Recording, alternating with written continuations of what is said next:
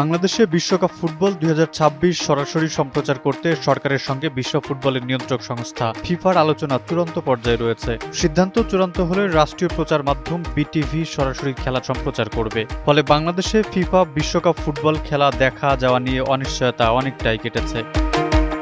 ৩ June তথ্য মন্ত্রণালয় বিটিভির দুটি সূত্র গণমাধ্যমকে বিষয়টি নিশ্চিত করেছে বলে জানা যায়। তবে এ নিয়ে সংশ্লিষ্ট কেউ আনুষ্ঠানিকভাবে কথা বলতে রাজি হননি। এদিকে বিষয়ে তথ্য ও সম্প্রচার মন্ত্রী জহিরুদ্দিন স্বপনের কাছে জানতে চাইলে তিনি বলেন, জনগণের টাকা খরচ না করে খেলা দেখানোর জন্য সব পক্ষের সঙ্গে আলোচনা সন্তোষজনকভাবে এগিয়ে চলছে।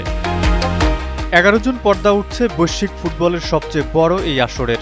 বাংলাদেশে এবারের বিশ্বকাপের সম্প্রচার সত্ত্ব পেয়েছিল সিঙ্গাপুর ভিত্তিক প্রতিষ্ঠান স্প্রিংবক পিটিই লিমিটেড। বাংলাদেশি প্রতিষ্ঠানগুলোকে তাদের কাছ থেকে সত্ত্ব কিনে বাংলাদেশে খেলা সম্প্রচার করার কথা ছিল। প্রতিষ্ঠানটি সম্প্রচার সত্ত্ব বাবদ বিটিভির কাছে প্রায় 151 কোটি টাকা চেয়েছিল। কর সহ তা দাঁড়াতো 200 কোটি টাকার কাছাকাছি। তবে শেষ পর্যন্ত সেই চুক্তি হয়নি। এদিকে বিক্রি করতে না পারায় সত্ত্ব ছেড়ে দিয়েছে সিঙ্গাপুর ভিত্তিক ওই প্রতিষ্ঠান।